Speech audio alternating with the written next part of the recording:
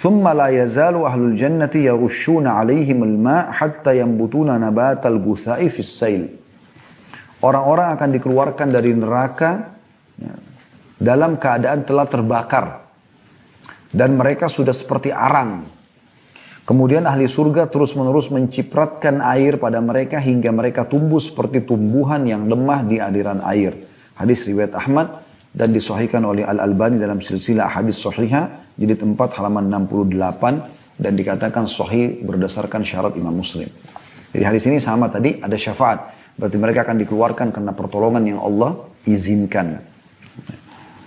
Hadis nomor 41 dari awal kita belajar masih sama dari sahabat yang sama Abu Sa'id Al-Khudri radhiyallahu anhu, beliau meriwayatkan sabda Rasulullah SAW, Inna Allah Azza wa Jalla yukhriju qawman minan nari ba'da ma la yabqa minhum fiha illa al-wujuh fayudkhiluhum Allahul jannah. Sesungguhnya Allah Azza wa Jalla mengeluarkan satu kaum dari neraka setelah tidak tersisa dari mereka di dalamnya kecuali wajah, lalu dia memasukkan mereka ke dalam surga. Hadis ini sahih disebutkan oleh Albani dalam silsilah hadis sahihah nomor 1661. Jadi artinya luar biasa bagaimana, bayangkan teman-teman, terbakar seluruh tubuhnya berarti habis kecuali wajahnya dan tidak mati. Ya. Kemudian mereka akan dikeluarkan dari api neraka tersebut. Ini luar biasa teman-teman sekalian. Jadi harus hati-hati ya. Harus hati-hati sekali. Saya subhanallah pribadi pernah Allah Azza wa Jalla perlihatkan dalam mimpi. Saya melihat ada berada di sebuah tempat yang penuh dengan orang-orang yang lagi disiksa. Dan mereka itu seperti berada di api yang sudah menghitam. Lalu membakar seluruh tubuh mereka. Dan tersisa wajahnya. Dan mereka masih bisa mengucapkan kata-kata tapi mereka tidak bisa lepas dari siksaan itu. Alhamdulillah dalam mimpi itu saya melihat saya sempat keluar dari tempat tersebut. Saya sih melihat mentakwilkan itu adalah neraka. Karena begitu luar biasa tempat siksaan itu diperlihatkan oleh Allah SWT. Memang betul-betul seperti dalam hadits ini, tinggal wajah mereka saja. Jadi terbakar semuanya sampai hangus, semuanya menghitam.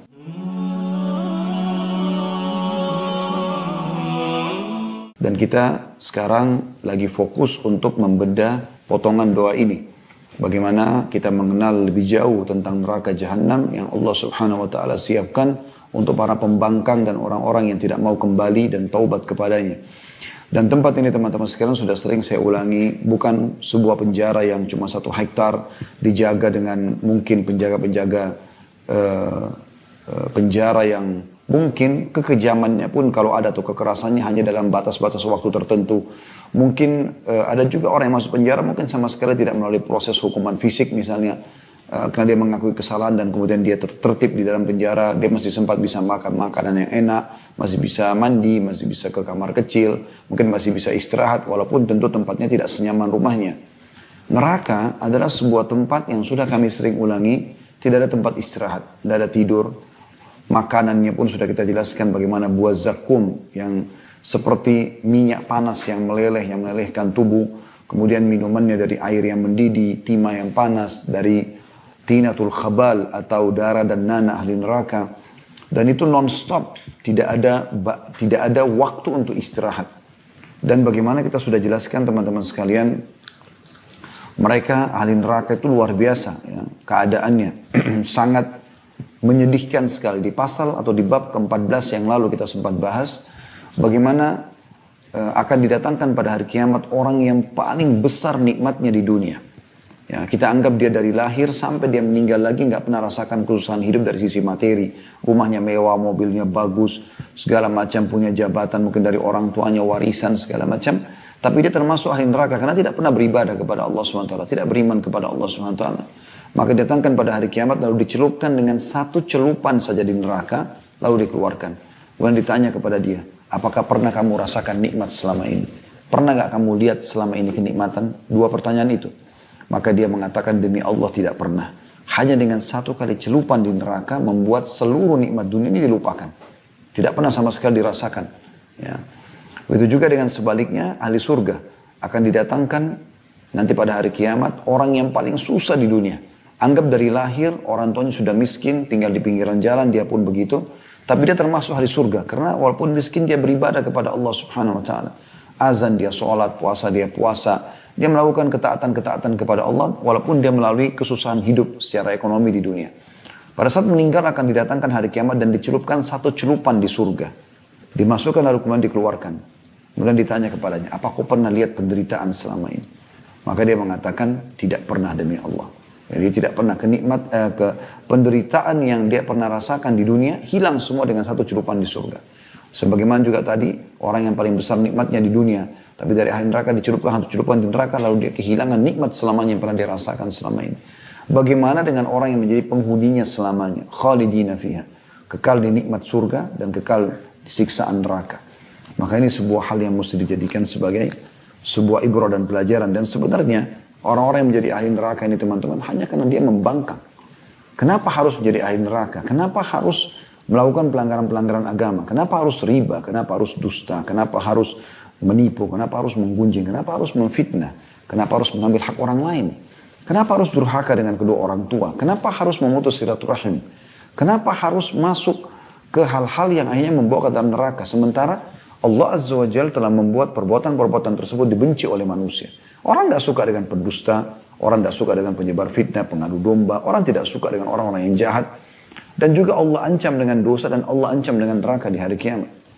Kenapa kita nggak menjadi orang baik saja? Kenapa nggak jujur, nggak amanah, nggak dermawan, nggak baik, nggak silaturahim keluarga, nggak bakti sama orang tua? Kenapa nggak jadi orang baik saja? Yang Allah buat perbuatan itu dicintai oleh manusia. Dan juga dijanjikan pahala yang besar. Berbakti sama orang tua, bersedekah, umroh dan haji, semua ibadah-ibadah yang kita kerjakan. Dan juga Allah cintai dan menyebabkan masuk ke dalam surga. Di dunia kita merasakan kenikmatan dari ibadah tersebut, juga di akhirat kita merasakan kenikmatan yang abadi, yaitu surga. Maka ini perlu jadikan sebagai sebuah pelajaran. Dan ingat saudaraku seiman, tidak ada yang pernah bisa mengubah seseorang kecuali diri dia sendiri. Anda harus mengubah diri Anda sendiri. Tidak bisa tidak. Kalau Anda berharap orang lain yang akan mengubah Anda, itu tidak mungkin terjadi. Orang lain bisa hanya menjadi penyebab saja, tapi semua ada di tangan Anda. Kata Allah Subhanahu wa taala dalam Al-Qur'an, "A'udzubillahi minasyaitonir rajim. Innallaha la yughayyiru ma biqaumin hatta yughayyiru ma bi anfusihim." Allah tidak akan pernah mengubah nasib satu kaum sampai mereka mengubah nasib mereka sendiri. Penentuan ke surga atau neraka ada di tangan Anda sendiri. Anda yang menentukan masalah itu. Nabi SAW bersabda kepada seorang wanita sahabiat yang dikenal dengan bibinya Imran bin Husain radhiyallahu anhu ajma'in. Pada saat dia datang ke rumah Nabi SAW, tepatnya di rumah Aisyah radhiyallahu anha, lalu dia menceritakan semua keburukan suaminya. Maka kata Nabi SAW, hati-hatilah dengan lisanmu dan muamalanmu dengan suamimu, karena dia adalah surga dan nerakamu. Maknanya apa? Kau bisa masuk surga dengan kau taat dan bakti sama dia, kau bisa masuk neraka dengan kau durhaka dengan dia. Artinya surga dan neraka ada keputusannya di tangan kita. Bagaimana kita menjadi orang baik, Allah pasti tidak pungkiri janjinya masuk ke dalam surga. Bagaimana juga ancaman Allah tidak akan mungkin salah. Berbuat kesalahan akan disiksa dalam api neraka. Waktu dunia hanya sebentar, saudaraku seiman. Baru tadi pagi kita lewat pagi, siang dilalui, sekarang sore, sebentar lagi malam, kita tidur, besok begitu lagi. Dan ini semua akan berakhir. Kita akan menuju kepada kehidupan abadi. Orang yang cerdas memaksimalkan waktu dunianya untuk mendapatkan yang terbaik di akhirat sana. Tidak ada target utama seorang mukmin ya, di atas surga. Surga tertinggi. Kalau sudah surga targetnya, maka dia akan selalu melalui dunia ini dengan semua ketenangan. Cobaan datang, dia yakin akan, kalau dia sabar akan meninggikan derajat di surga. Nikmat sedang dia berbagi untuk menambah derajatnya juga di surga. Semuanya kebaikan. Maka jangan luput dari masalah ini. Terlebih lagi teman-teman, orang beriman diberikan fasilitas oleh Allah SWT. Orang beriman itu diberikan tempat tinggal, diberikan kesehatan, diberikan keturunan, diberikan pasangan, diberikan segala macam hal oleh Allah SWT. Tinggal bertakwa saja kepada Allah SWT. Allah mengatakan dalam surah At-Talaq, "Wa may yattaqillaha yaj'al lahu makhraja." Siapa yang bertakwa kepada Allah patuh melaksanakan perintah, meninggalkan larangan, menikmati halal, meninggalkan yang haram, maka Allah berikan jalan keluar dari setiap permasalahannya. Wa yarzuqhu min haitsu la yahtasib. Dan Allah akan memenuhi atau memberikan rezeki dari tempat tidak disangka-sangka. Wa may yatawakkal 'ala Allah, siapa yang menyerahkan perkaranya kepada Allah, fa huwa hasbuh. Allah akan jadi pencukup baginya. Jadi semuanya jelas. Kita akan lanjutkan ke bab ke-16 tentang masalah keluarnya manusia dari neraka dengan syafaat. Dan ini tema kita pada sore ini. Dan teman-teman sudah tahu kalau ikuti dari awal metode kami tidak buru-buru menyelesaikan buku, tapi bagaimana kita mengambil ibrah, pelajaran dan juga penambahan keimanan dari materi yang lalu dan lanjutan insya Allah pada kesempatan yang sedang dibahas. Penulis mengangkat dalil pertama tentang masalah keluarnya manusia dari neraka dengan syafaat. Artinya akan ada nanti orang-orang yang dikeluarkan dari neraka karena pertolongan. Pertolongan ini terbagi tentunya. Ada pertolongan dari sang pencipta Allah Subhanahu wa taala, ada pertolongan dari para nabi-nabi, ada pertolongan dari para syuhada, orang-orang siddiq, orang yang mati syahid, orang-orang yang jujur, orang saleh. ya, para orang-orang yang memang sudah lolos dari timbangan amal, mereka memberikan syafaat, bisa pertolongan. Tetapi yang diberikan syafaat adalah orang-orang yang sudah masuk ke neraka. Dan jangan sampai dipahami salah nanti, apa yang akan kita bahas, oh kalau kita akan dapat syafaat, nggak apa-apa kita masuk neraka dulu. Ini kebohongan. Kenapa Anda mau ya mendapatkan fasilitas, tapi Anda lewat penjara dulu? Untuk apa? Kenapa seperti itu? Kenapa nggak dapat fasilitas tanpa harus melalui penjara? Maka perlu difahami teman-teman sekalian. Jadi ada siksaan yang dia lalui tanpa ada batas berhenti, tanpa ada waktu berhenti 24 jam. Dan Allah alam berapa lama baru kemudian dapat syafaat. Tapi ini juga syaratnya harus seorang muslim. Harus ada sedalam hatinya walaupun seperti biji sawi dari keimanan. Yang kafir, musyrik, munafik, mustahil. Mereka akan kekal selamanya. Penulis mengangkat dalil pertama tentang adanya syafaat atau pertolongan ini, yaitu surat Toha ayat 109.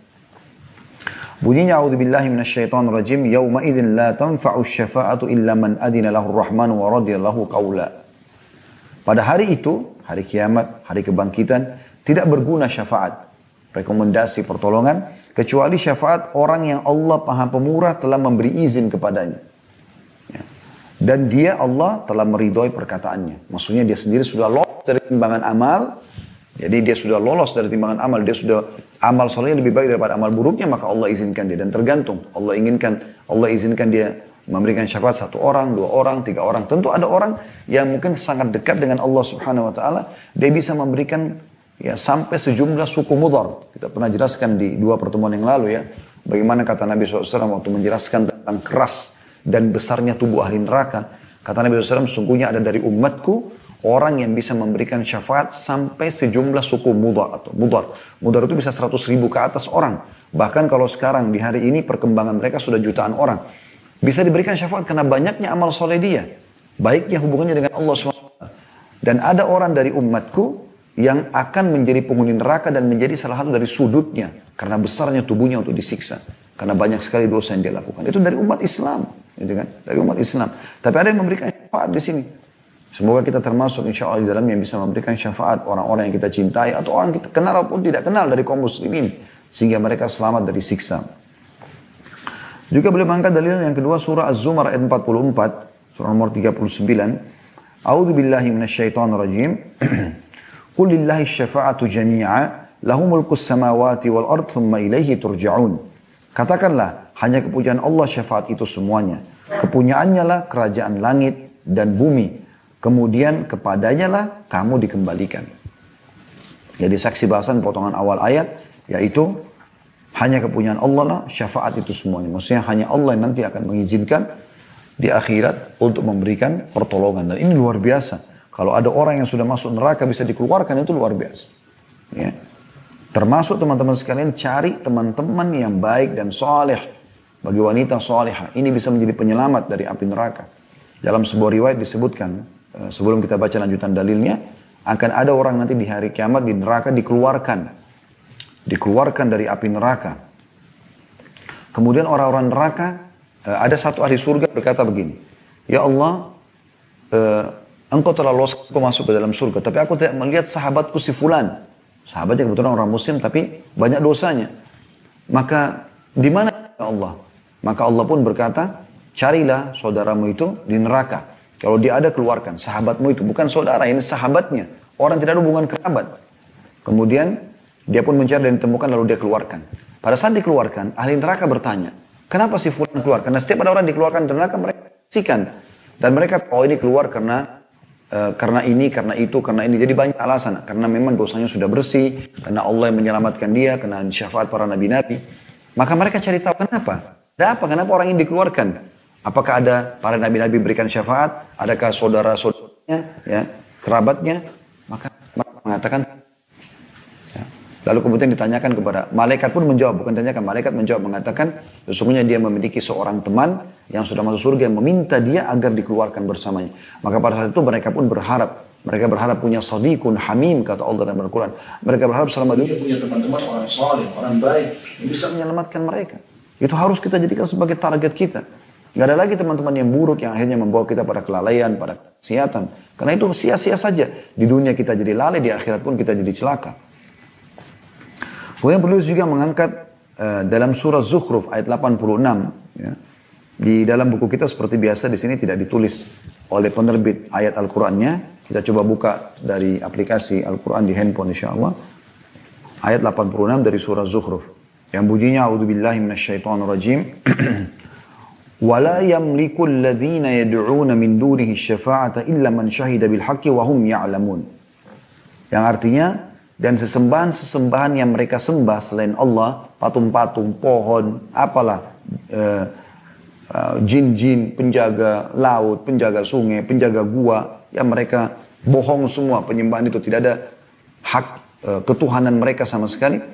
Sesembahan-sembahan yang mereka sesembahan-sesembahan yang mereka sembah selain Allah tidak dapat memberi syafaat. Akan tapi orang yang dapat memberi syafaat ialah orang yang mengakui yang hak, maksudnya bertauhid kepada Allah dan mereka meyakininya. Ini 3 dalil yang diangkat oleh penulis dari ayat Al-Quran tentang adanya syafaat. Kemudian beliau mulai masuk menyampaikan penjelasan Nabi SAW yang merincikan tentang bagaimana sih syafaat itu sebenarnya pada hari kiamat. Bermula daripada hadis yang diriwayatkan oleh Bukhari di jilid 1 halaman 72 dan Muslim jilid 3 halaman 35. Dari Abu Sa'id Al-Khudri radhiyallahu anhu beliau meriwayatkan dari Nabi sallallahu alaihi wasallam, "Yadkhulu ahlul jannatil jannata wa ahlun narin nar. Thumma yaqulu Allah subhanahu wa ta'ala, akhriju man kana fi qalbi mithqalu habatin min qadarin min iman. Fayukhrajuna minha qad iswaddu, fayulqawna fi naharil hayat. Fayambutuna kama tambutul habbat wa tuhibbatu fi janibis sail. Alam tara annaha takhruju safra'a multawiyah." Ahli surga padahal sudah masuk ke dalam surga, mereka sudah nikmati semua kenikmatan itu, semua kita termasuk insyaallah. Dan ahli neraka masuk ke dalam neraka, sudah disiksa mereka, baik yang kekal ataupun kekal dari orang musyrik, orang munafik, orang kafir, dan orang yang sementara dari usatul mu'minin, orang-orang beriman tapi masih banyak maksiat, dosanya lebih berat daripada amal solehnya. Kemudian Allah subhanahu wa ta'ala, Allah yang maha suci ya, dan maha tinggi berfirman, keluarkanlah siapa yang dalam hatinya terdapat seberat biji sawi dari keimanan muslim. Lalu mereka dikeluarkan dari neraka dalam keadaan telah menjadi hitam. Nah ini menandakan teman-teman sekalian, ya, atau membantah orang yang mengatakan, ya, kalau memang kita dapat syafaat lebih baik kita, atau tidak masalah, kita masuk neraka dulu atau kita akan masuk ke dalam surga. Bagaimana Anda bisa tahu berapa lama Anda disiksa? Dan ini sudah dikatakan dalam hadits akan menghitam, artinya dibakar sampai hangus, ya, baru dikeluarkan. Allahu a'lam berapa lama, gitu kan? Jangan dianggap remeh masalah ini. Lalu dikeluarkan mereka dari neraka dalam keadaan telah menjadi hitam. Lalu mereka dilemparkan ke sungai kehidupan. Jadi ada nahar hayat namanya. Allah ciptakan sebuah sungai di depan surga khusus untuk digunakan atau dimandikan orang-orang mukmin yang masih masuk neraka lalu dibersihkan sebelum masuk ke dalam surga. Mereka akan dilemparkan atau dimasukkan ke dalam sungai itu. Dalam riwayat lain, ahli surga disuruh memercikkan air itu ke tubuh-tubuh mereka. Ya. Lalu mereka dilemparkan ke dalam sungai kehidupan, lantas mereka tumbuh seperti biji yang tumbuh di samping aliran air. Tidakkah kamu lihat, kata Nabi SAW, bahwa biji tersebut tumbuh dalam keadaan kekuning-kuningan, lagi lemas. Ya. Jadi maksudnya, mereka tadinya sudah tubuhnya hancur, hangus, luka, cacat, segala macam. Begitu ditaruh di sana, mereka akan bersih kembali, tumbuh kembali dari air itu, kemudian mereka akan tumbuh seperti tumbuhan yang baru tumbuh di pinggir saluran air. Anda lihat di samping got, pinggir jalan, biasa ada tumbuhan-tumbuhan yang kecil baru tumbuh, warnanya kekuning-kuningan, biasanya masih lemas, bisa dipatah, bisa dicabut. Ya. Seperti itulah kondisi mereka yang digambarkan oleh Nabi SAW. Ini kemuliaan juga bagi mereka, karena mereka setelah disisa, mereka selamat masuk ke dalam surga. Hanya saja, saya sudah katakan tadi, pesan kami, jangan jadi orang seperti ini. Lebih baik masuk surga dari awal, bahkan kalau perlu tanpa hisab. Kemudian selanjutnya hadis riwayat Muslim jadi 17 halaman 37, ini hadis kedua yang diangkat oleh penulis dari sahabat yang sama Abu Sa'id Al-Khudri radhiyallahu anhu, beliau meriwayatkan sabda Rasulullah SAW, adapun ahli neraka yang memang penghuninya, maka mereka tidak mati dan tidak pula hidup di dalamnya. Artinya mereka tersiksa luar biasa. Orang Arab kalau mengatakan orang itu susah sekali, tidak mati tidak hidup, ya. Tetapi manusia yang dibakar api akibat dosa-dosa mereka, maka Allah betul-betul mematikan mereka hingga ketika mereka telah menjadi arang, maka diizinkan untuk diberi syafaat. Lalu mereka dibawa berkelompok-kelompok, lalu disebarkan di sungai-sungai surga, Kemudian dikatakan, wahai ahli surga, berkumpullah bersama mereka. Lalu mereka tumbuh seperti biji-bijian tumbuh yang di tengah-tengah buih banjir. Atau tumbuh di tengah-tengah buih banjir. Ya, buih biasa Anda lihat busa yang ada di atas tumbukan air, mereka tumbuh seperti itu. Yang dimaksud di sini mereka ya dibakar karena dosa-dosa mereka, maksudnya orang beriman tapi masih banyak dosanya ya. Akhirnya Allah SWT buat mereka dikeluarkan dari neraka. Karena ada syafaat di sini. Kemudian hadis yang lain juga, hadis yang ketiga masih sahabat yang sama, Abu Sa'id Al-Khudri radhiyallahu anhu, ini hadis yang ke-40 ya. Dari awal kita belajar tentang neraka ini. Beliau menuturkan sabda Rasulullah SAW, "Sayakhruju nasun minan nari qad ihtaraku wa kanu mithlal humam. Thumma la yazalu ahlul jannati yarushuna 'alaihim al-ma' hatta yanbutuna nabatal gutha'i fis sail." Orang-orang akan dikeluarkan dari neraka ya, dalam keadaan telah terbakar. Dan mereka sudah seperti arang. Kemudian ahli surga terus-menerus mencipratkan air pada mereka hingga mereka tumbuh seperti tumbuhan yang lemah di aliran air. Hadis riwayat Ahmad dan disahihkan oleh Al-Albani dalam silsilah hadis sahihah jilid 4 halaman 68 dan dikatakan sahih berdasarkan syarat Imam Muslim. Jadi hadis ini sama tadi, ada syafaat. Berarti mereka akan dikeluarkan karena pertolongan yang Allah izinkan. Hadis nomor 41 dari awal kita belajar masih sama dari sahabat yang sama Abu Sa'id Al-Khudri radhiyallahu anhu, beliau meriwayatkan sabda Rasulullah SAW, "Inna Allah azza wa jalla yukhriju qauman minan nari ba'da ma la yabqa minhum fiha illa al-wujuh fayudkhiluhum Allahu al-jannah." Sesungguhnya Allah azza wa jalla mengeluarkan satu kaum dari neraka setelah tidak tersisa dari mereka di dalamnya kecuali wajah. Lalu dia memasukkan mereka ke dalam surga. Hadis ini sahih disebutkan oleh Albani dalam silsilah hadis sahihah nomor 1661. Jadi artinya luar biasa bagaimana, bayangkan teman-teman, terbakar seluruh tubuhnya berarti habis kecuali wajahnya dan tidak mati. Ya. Kemudian mereka akan dikeluarkan dari api neraka tersebut. Ini luar biasa teman-teman sekalian. Jadi harus hati-hati ya. Harus hati-hati sekali. Saya subhanallah pribadi pernah Allah azza wa jalla perlihatkan dalam mimpi. Saya melihat ada berada di sebuah tempat yang penuh dengan orang-orang yang lagi disiksa dan mereka itu seperti berada di api yang sudah menghitam lalu membakar seluruh tubuh mereka dan tersisa wajahnya dan mereka masih bisa mengucapkan kata-kata tapi mereka tidak bisa lepas dari siksaan itu. Alhamdulillah dalam mimpi itu saya melihat saya sempat keluar dari tempat tersebut. Saya sih melihat mentakwilkan itu adalah neraka karena begitu luar biasa tempat siksaan itu diperlihatkan oleh Allah SWT. Memang betul-betul seperti dalam hadits ini tinggal wajah mereka saja. Jadi terbakar semuanya sampai hangus, semuanya menghitam. La haula wa la quwata illa billah. Semoga Allah selamatkan kita dari semua ini. Kemudian hadis nomor 42 masih sama juga dari sahabat yang sama Abu Sa'id Al-Khudri radhiyallahu anhu, beliau menceritakan, kami pernah bertanya, wahai Rasulullah, apakah kami akan melihat Rabb kami pada hari kiamat? Di dunia kita nggak bisa lihat Allah, di akhirat kita bisa lihat nggak Allah nanti, pencipta kami. Beliau balik bertanya, apakah kalian kesulitan melihat matahari dan bulan ketika langit cerah? Jadi pada saat siang pagi hari lagi cerah atau siang hari kita kesulitan nggak lihat matahari? Tentu jawabannya tidak. Bulan juga di malam hari pada saat tidak ada mendung, tidak ada awan menutupi, kita akan lihat sangat cerah. Maka kata Nabi SAW, apakah kalian kesulitan melihat matahari maksudnya di siang hari dan bulan ketika di malam hari pada saat langit cerah? Kami menjawab tidak ya Rasulullah. Tidak ada kesulitan melihat matahari dan bulan pada saat itu. Maksudnya nyata, kelihatan. Maka beliau bersabda, sesungguhnya kalian tidak kesulitan melihat Rabb kalian pada hari itu, sebagaimana kalian melihat keduanya. Kemudian beliau bersabda, penyeru berseru, hendaklah tiap-tiap kaum pergi kepada apa yang dulu mereka sembah. Lalu penyembah salib pergi bersama salib mereka. Penyembah berhala pergi bersama berhala mereka. Dan penyembah banyak Tuhan akan pergi bersama Tuhan mereka. Hingga tersisa siapa yang menyembah Allah, baik yang berbakti maupun yang durhaka. Serta beberapa golongan dari ahlu kitab.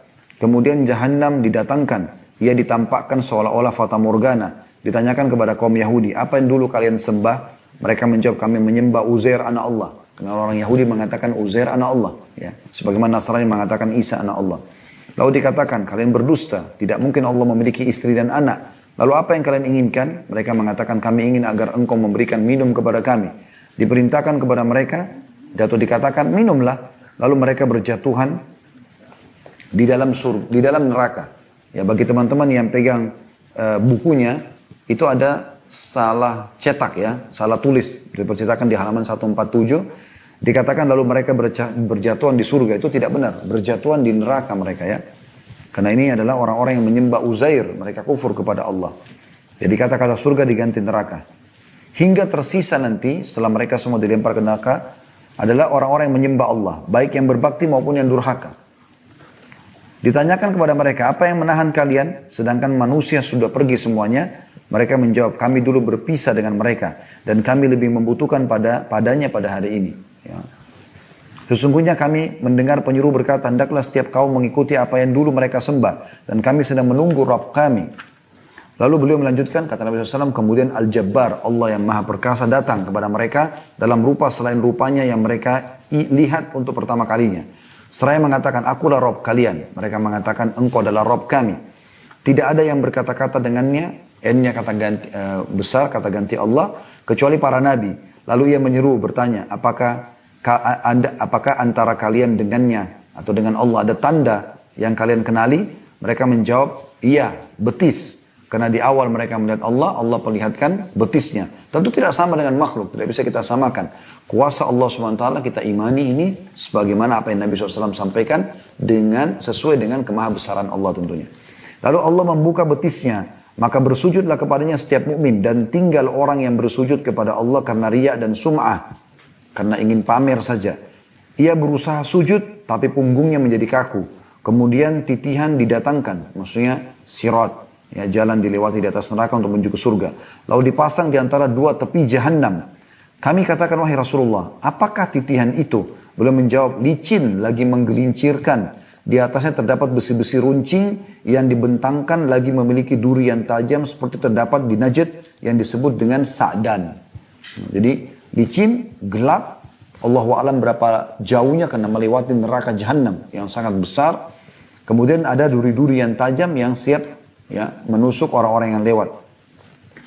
Orang mukmin di atasnya ada yang seperti sekejap mata. Semoga insya Allah kita termasuk. Ini golongan pertama yang paling mulia. Mereka lewat di atas sirat yang gelap dan licin di atas neraka. Sekejap mata sudah sampai ke depan pintu surga. Semoga kita termasuk insya Allah. Ada yang seperti kilat. Ada yang seperti angin. Ada yang seperti menunggang kuda yang cepat dan berkendaraan. Ada muslim yang selamat. Ada yang selamat tapi terkoyak. Ya.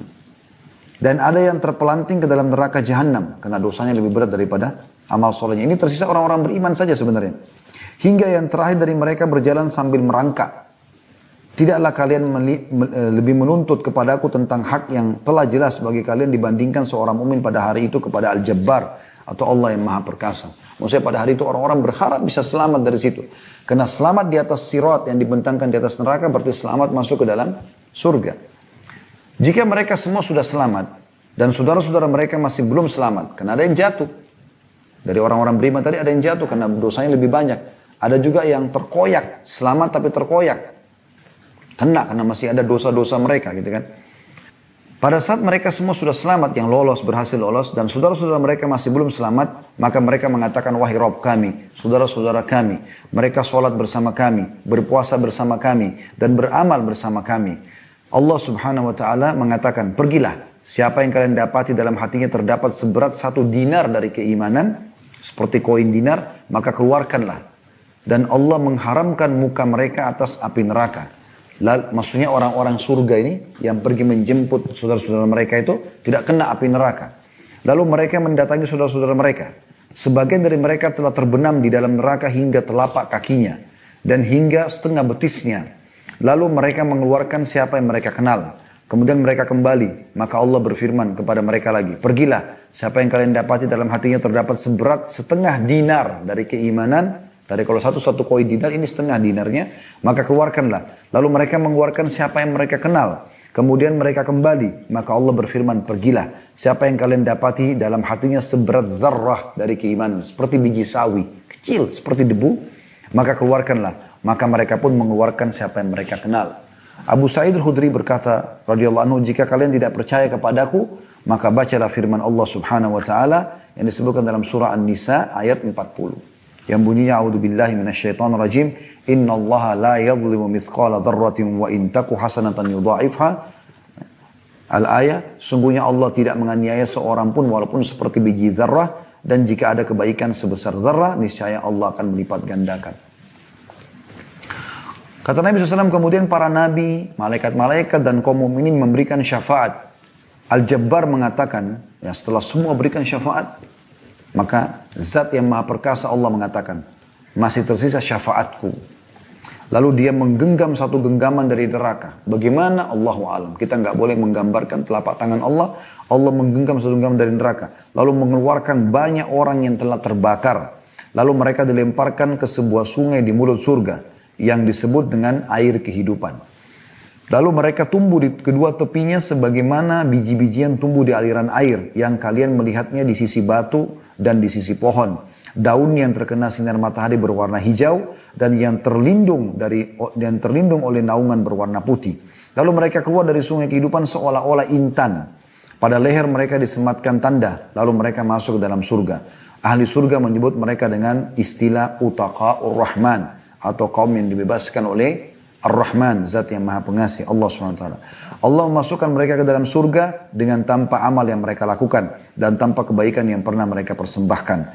Dikatakan kepada mereka, untuk kalian apa yang kalian lihat dan semisalnya diberikan bersamanya. Hadis ini riwayat Bukhari, jilid 13 halaman 420, Muslim jilid 3 halaman 24. Ini hadis yang sangat mulia, berita gembira bagi orang-orang muslim. Kata kata Allah SWT dalam Al-Quran, وَلَا تَمُوتُنَّ إِلَّا وَأَنْتُمْ مُسْلِمُونَ. Itu kata kunci keselamatan yang luar biasa. Dan jangan kalian meninggal kecuali dalam keadaan Islam. Dan itu sudah cukup untuk menyelamatkan seseorang. Tentu selama dia tidak membatalkan keislamannya, udah syirik, seperti dukun, atau pergi ke dukun dan dia sengaja percaya dan segala macam, dia murtad dari Islam, maka ini tidak dapat tentunya. Ya. Ini masih bisa diselamatkan, tapi dengan syarat tidak ada kesyirikan, tidak ada kufuran yang membatalkan keislamannya, cuma memang masuk dalam neraka terlebih dahulu. Kemudian hadis nomor 43 masih di bab yang sama. Dari Anas radhiyallahu anhu, beliau meriwayatkan sabda Nabi SAW, Yaqulullahu subhanahu wa ta'ala, akhriju minan nari man dzakarani yawman aw khafani fi maqam. Allah yang maha suci dan maha tinggi berfirman, keluarkanlah dari neraka siapa yang mengingatku pada suatu hari, atau takut kepadaku di suatu tempat. Hadis riwayat Tirmidzi dan beliau menghasankannya, serta juga disebutkan oleh Al-Hakim dalam Mustadrak dan beliau mensahihkannya dan disetujui oleh Az-Zahabi dan dihasankan oleh Albani dalam Dzalul Jannah nomor 833. Hadis ini lebih mulia lagi, ya maksudnya semuanya mulia tapi ini luar biasa gitu. Dikatakan bahwasanya Allah SWT mengatakan, keluarkan dari neraka siapa yang pernah mengingatku walaupun cuma sehari. Bisa makna sehari adalah sesaat. Pernah istighfar, pernah taubat kepada Allah. Allah masih bisa keluarkan. Atau pernah takut dengan aku di sebuah tempat. Sebuah kondisi. Dia mau berzina, dia mau menipu, dia mau apa. Kemudian dia berhenti karena dia takut. Maka ini juga satu kata kunci untuk menyelamatkan dia dari api neraka. Hadis nomor 44 dari awal kita belajar bab neraka. Semoga Allah selamatkan kita darinya. Abu Musa al-Ash'ari radhiyallahu anhu meriwayatkan sabda Rasulullah sallallahu alaihi wasallam, ketika ahli neraka berkumpul di neraka dan mereka bersama orang-orang yang dikehendaki Allah dari ahli kiblat, maka kaum kafir bertanya, bukankah kalian orang-orang muslim? Jadi nanti di neraka pada saat masuk dalam neraka orang-orang kafir, dimasukkan juga bersama mereka orang-orang muslim tapi banyak dosanya. Maka orang-orang kafir ini berkata kepada orang-orang muslim yang masuk neraka, bukankah kalian adalah orang-orang muslim? Mereka menjawab, benar. Kaum kafir bertanya lagi, lalu mengapa Islam kalian tidak berguna bagi kalian sehingga kalian berkumpul bersama kami di neraka? Maka mereka menjawab, orang-orang muslimnya, kami mempunyai banyak dosa, maka kami dihukum karenanya. Allah mendengar apa yang mereka katakan, lalu memerintahkan agar orang-orang dari ahli kiblat, dari orang-orang muslim, ahli kiblat maksudnya menghadap sholat ke kiblat, ke Ka'bah, dikeluarkan. Ketika ahli neraka melihat hal itu, mereka mengatakan, duhai sekiranya kami dulu sebagai orang-orang muslim, lalu kami keluar sebagaimana mereka keluar. Abu Musa lalu melanjutkan sambil mengatakan Rasulullah SAW membaca, Alif Lam Ra, tilka ayatul kitabi wa Qur'anim mubin, rubama yawaddu alladhina kafaru law kanu muslimin. Surah Al-Hijr ayat 1 sampai ayat 2. Alif Lam Ra, surah ini adalah sebagian dari ayat-ayat Alkitab yang sempurna, maksudnya Al-Quran. Yaitu ayat-ayat Al-Quran yang memberi penjelasan Orang-orang kafir itu seringkali nanti di akhirat menginginkan kiranya dahulu mereka sempat menjadi orang-orang muslim. Jadi ini sebabnya surah Al-Hijr ayat 1 ayat 2 teman-teman, sebab turunnya adalah tadi penjelasan Nabi SAW. Nanti akan ada orang-orang muslim masuk neraka, lalu mereka ditanya oleh orang-orang kafir, kenapa kalian masuk di sini sementara kalian ini adalah muslim? Berarti tidak bermanfaat Islam kalian. Maka Allah pun mengeluarkan mereka dari neraka karena keislamannya. Maka orang-orang kafir mengatakan, coba seandainya dulu kami sempat menjadi muslim. Itu sudah cukup menyelamatkan mereka dari api neraka. Dan ini penyesalan abadi, wa na'udzubillah. Hadis yang terakhir, penyesalan abadi maksudnya bagi orang-orang kafir yang kekal di situ ya. Dan keberuntungan bagi yang dikeluarkan tadi dari neraka. Tapi sekali lagi teman-teman sekalian, mohon kepada Allah masuk surga tanpa hisab. Ini semua adalah penjelasan syar'i bagi orang-orang kemuliaan Allah untuk mengeluarkan orang-orang beriman dari neraka. Tapi kita berharap bersama dengan para nabi-nabi, para syuhada, para orang-orang siddiq, orang-orang saleh yang masuk surga di awal-awal tanpa hisab. Allahu alam berapa ribu tahun mungkin kita sudah nikmati surga baru mereka bisa masuk ke dalam surga bersama kita. Ya, belum tentu juga derajatnya sama. Hadis yang terakhir dalam bab kita adalah nomor 45. Dari awal kita belajar, Anas bin Malik radhiyallahu anhu meriwayatkan sabda Nabi sallallahu alaihi wasallam, "Yakhruju minan nari arba'ah fayu'raduna 'ala Allah azza wa jalla fayaltafitu ahaduhum fayaqulu ay rabbi kuntu ajuka id akhrajtani minha alla tu'idani fiha fayunjihi Allahu minha." Keluar dari neraka nanti ada 4 orang. Lalu mereka dihadapkan kepada Allah azza wa jalla. Salah seorang dari mereka berpaling seraya mengatakan, "Wahai Rabb, aku berharap kepadamu ketika engkau mengeluarkanku darinya agar engkau tidak mengembalikanku ke dalamnya."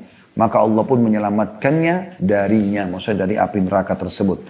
Riwayat Imam Muslim, jilid 3, halaman 52 dan Ibnu Abi Asim dalam As-Sunnah, jilid 2, halaman 411. Ya. Jadi ini teman-teman sekalian yang disebutkan oleh penulis tentang beberapa riwayat yang berhubungan dengan masalah syafaat. Ya.